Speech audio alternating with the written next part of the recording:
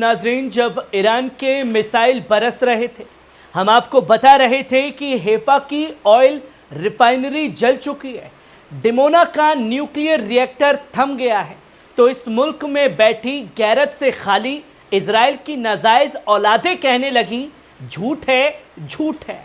जब कहा कि ईरान ने इजरायली जौहरी मराकज़ को उड़ा दिया तो बोले ये महज एक सिर्फ प्रोपेगेंडा है, कुछ नहीं हुआ है। मगर अब 15 दिन बाद इसी इजराइल ने खुद मान लिया है कि हैफा की रिफाइनरी तबाह है, डिमोना न्यूक्लियर रिएक्टर बंद है और अब हालात ये है कि ट्रंप खामेनी से बातचीत की भीख मांग रहा है। नाजरीन, ये है ईरान जो गुफ्तगू नहीं मैदान में जवाब देता है, जो जंग से डरता नहीं, जुल्म का हिसाब रखता है और आज दुनिया देख रही है, डोमिनेट कर रहा है, ताकत की तर्जुमानी कर रहा है, सिर्फ और सिर्फ ईरान कर रहा है। जहां पहली खबर देख सकते हैं, ईरान के मिसाइल हमले से हैफा की ऑयल रिफाइनरी तबाह हो चुकी है। इजराइल ने लगाई इमरजेंसी मरम्मत की अर्जी। नाजरीन, ईरानी ऑपरेशन असद साइद यानी उभरता शेर के दौरान एक बड़ा नुकसान इजराइल को झेलना पड़ा और अब इजरायली हुकूमत ने इसे मान लिया है कि इजराइल डिफेंस मैगजीन के मुताबिक हैफा की बाजान ऑयल रिफाइनरी, जो पूरे इजराइल के 2/3 ईंधन की सप्लाई करती थी, ईरानी मिसाइल हमले में शदीद तौर पर ख़त्म हो चुकी है। खासकर सेंट्रल पावर स्टेशन, पाइपलाइनों और ऑपरेशन इंफ्रास्ट्रक्चर को भारी नुकसान पहुंचाया गया है। अब हुकूमत ने बिल्डिंग परमिट के बगैर इमरजेंसी रेस्टोरेशंस की इजाज़त दे दी है, मगर सख्त माहौली पाबंदियों के साथ। इस बीच ईरानी फौज के आला तर्जुमान ब्रिगेडियर अबू फजल शकराजी ने अल-मायदीन चैनल को दिए इंटरव्यू में कहा, इजराइल के कई सिक्योरिटी और मिलिट्री सेंटर मुकम्मल तौर पर तबाह कर दिए गए हैं। उन्होंने साफ किया कि इन नुकसानों पर भारी मीडिया सेंसरशिप लागू है और हम अमेरिका पर इजरायली मीडिया की रिपोर्ट्स पर एतबार नहीं करते। नाजरीन, ये महज एक रिफाइनरी नहीं है, इजराइल की एनर्जी नब्ज थी जिस पर ईरान ने ऐसा वार किया जिसे सिर्फ मशीन नहीं, सियासत भी महसूस कर रही है। वहीं आप दूसरी खबर देख सकते हैं, अमेरिका ने ईरान से मांगी न्यूक्लियर बातचीत की भीख। नाजरीन, मिडल ईस्ट की सियासत में एक नई हरकत सामने आई है। ईरानी न्यूज़ एजेंसी मेहर के हवाले से खबर है कि अमेरिका ने कई ममालिक के जरिए ईरान से दोबारा न्यूक्लियर बातचीत की दरख्वास्त की है। मौजूदा हालात में जहां इलाकाई तनाज़ा बढ़ता जा रहा है, वहीं अमेरिका चाह रहा है कि तेहरान से टकराव की बजाय अब फिर से ताउन की राह खोली जाए। ईरान इस वक्त अमेरिकी पैगाम और उसमें दर्ज शराइत का जायज़ा ले रहा है, जिनमें शामिल है पाबंदियों का पूरी तरीके से खात्मा, जिसमें शामिल है यूरेनियम तनसीब का स्तर और जिसमें शामिल है मफरूज़ा जंग का मुआवजा। इसी सिलसिले में तुर्की के वजीर खारजा हाकान फिदान ने तस्दीक की है। उन्होंने अमेरिकी मौक़िफ़ से ईरान के वजीर अब्बास अरकाची तक पहुँचाया है। ये बात ब्राज़ील में ब्रिक्स समिट के दौरान हुई है। फिदान ने साफ तौर पर कहा कि अगला मरहला इस मसले पर हरकत ला सकता है, लेकिन ताज़ा सूरत हाल में अब भी बेयकीनी का माहौल है।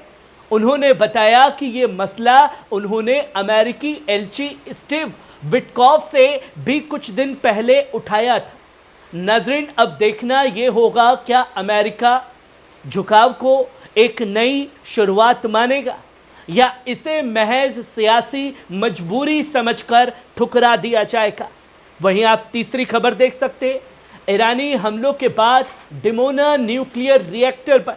नाजरीन, एक खबर के मुताबिक इजराइल के सबसे हसास और खुफिया जौहरी मरकज़ डिमोना न्यूक्लियर रिएक्टर को 18 जून से मुकम्मल तौर पर बंद कर दिया गया है और जब तक इसकी कोई सरकारी वजह सामने नहीं आई। ये वही रिएक्टर है जो 1950-60 के दशक में फ्रांस की मदद से बना था और सालों से इजराइल की जौहरी ताकत का मरकज रहा है। इसी दौरान अखबार ममोन ने पहली बार ये तस्लीम किया कि ईरानी मिसाइल ने सीधे अल करिया यानी इजरायली वजारत दिफा के हेडक्वार्टर को निशाना बनाया है। रिपोर्ट के मुताबिक मिसाइलों ने इमारत की ऊपरी मंजिल को तबाह कर दिया है। ये हमला इस बात की तस्दीक है कि इजरायली एयर डिफेंस सिस्टम पूरी तरह नाकाम हो चुका है। गार्जियन अखबार और वला वेबसाइट ने भी सैटेलाइट इमेज के हवाले से तेल अवीव में जंगी और न्यूक्लियर अड्डों को नुकसान की तस्दीक की है। मबसरीन का कहना है कि डिमोना की बंदी शायद ईरानी हमलों का नतीजा है या फिर अंदरूनी सिक्योरिटी क्राइसिस का, मगर इजरायली हुकूमत अब तक खामोश है। नाज़रीन, अब सवाल ये नहीं कि हमला हुआ या नहीं हुआ, सवाल ये है कि इजराइल की जौहरी हैसियत अब कितने वक्त तक बचेगी ईरान के आगे, ये सबसे बड़ा सवाल खड़ा हो चुका है।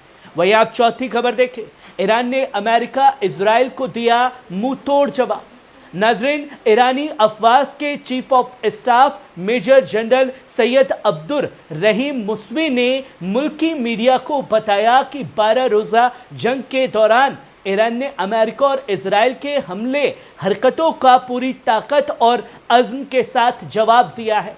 उन्होंने साफ कहा कि इस जंग ने साबित कर दिया कि ईरान का मौक़िफ़ न सिर्फ कानूनी बल्कि अखलाकी तौर पर भी मजबूत है और अमेरिका इजराइल किसी भी अंतर्राष्ट्रीय उसूल के पाबंद नहीं है। मुस्वी ने ये बातें कतर के डिप्टी पीएम और वजीर दिफा के मुशीर खालिद बिन मोहम्मद अल अतिया से फ़ोन पर बातचीत में कही। उन्होंने कतर को शुक्रिया कहा कि कतर ने न सिर्फ ईरान की खुदमुख्तारी का एहतराम किया बल्कि फ़लस्तीनी अवाम की जद्दोजहद की भी खुलकर हिमायत की है। मुस्वी ने साफ कहा कि इस जंग में अमेरिका ने इजराइल को मुकम्मल इंटेलिजेंस और लॉजिस्टिक मदद दी थी, मगर इसके बावजूद ईरानी अफवाज ने जुल्म का जवाब हौसले से दिया, सब्र से दिया। इजरायली हमलों के जवाब में कतर ने साफ तौर पर कहा, हमारी सरजमीन या फ़िज़ाई हुदूद का इस्तेमाल किसी भी जंगी मकसद के लिए नहीं होने देंगे। नाज़रीन, ये सिर्फ एक जंग नहीं, ये उस नई जियोपॉलिटिक्स की शुरुआत है जहां ईरान अकेला नहीं है बल्कि हक की लड़ाई में अब कतर जैसे मुल्क भी उसके साथ कंधे से कंधा मिला करके खड़े हुए हैं। ये अहम रिपोर्ट जो सामने आई उसे आपके सामने रखा। कैसी लगी खबर, कमेंट बॉक्स में आकर के अपनी राय ज़रूर दीजिएगा। शुक्रिया।